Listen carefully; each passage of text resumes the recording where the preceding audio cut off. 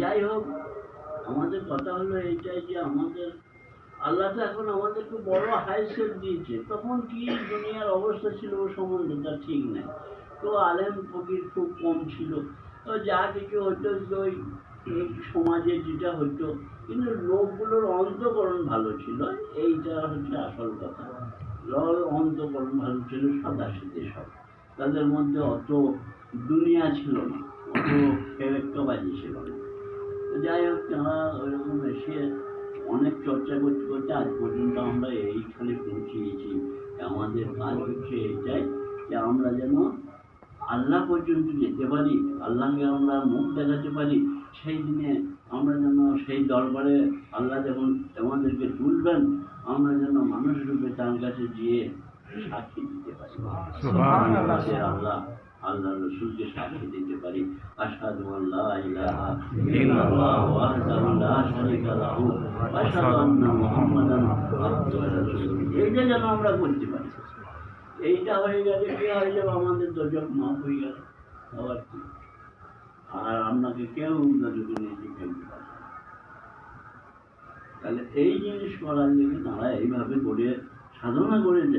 এইভাবে তারা নিজের জীবনকে, তার জীবিকা অর্জনটাকে পর্যন্ত বাদ দিয়ে দিয়েছে, যে এইটাকে অর্জন করছে। তারা মেয়ে ছেলে ঘর বাড়ি সব ত্যাগ করে দেয়।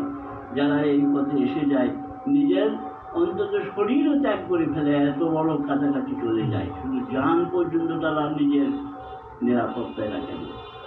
খবর মাত্র কি যেন ওকে আমি বাঁচাইতে পারি। তো যাই হোক, সেই রকম করেছে। আমাদের সেই চেষ্টা রাখতে হবে। আমরা আমার আর এক ভাইকে যেন বাঁচাতে পারি। এই তুমি এরকম লাইনে চলছো কেন, এসো, আল্লাহ রসুলের কি কাজ আছে। এইভাবে সতর্ক করে টেনে আনতে হবে, মসজিদে নিয়ে যেতে হবে, ভালো কাজে অংশগ্রহণ করাইতে হবে, জিকির আজকার করাইতে হবে, পীর মুর্শিদ ধরে আল্লাহ চেনাইতে হবে। এইগুলোই তো আমাদের কাজ। প্রথমেই কাজ হচ্ছে যারা বায়াত হয় তাদেরকে বায়াত নিয়ে আসার কথা।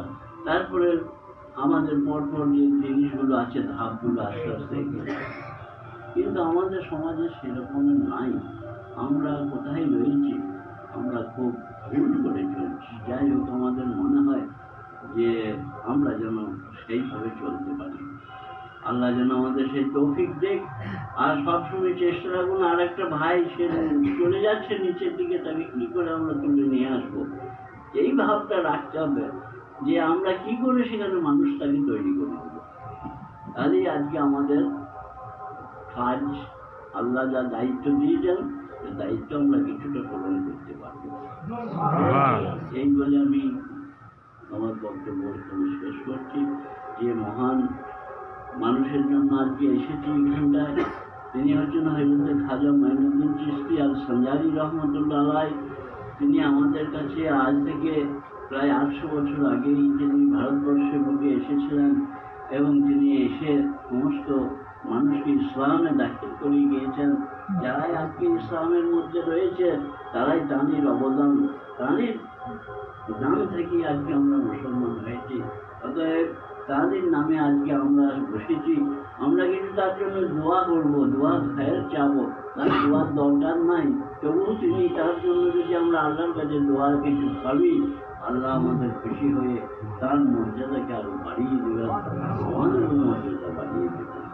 এই হচ্ছে আমাদের ইচ্ছা। বেশ, আল্লাহ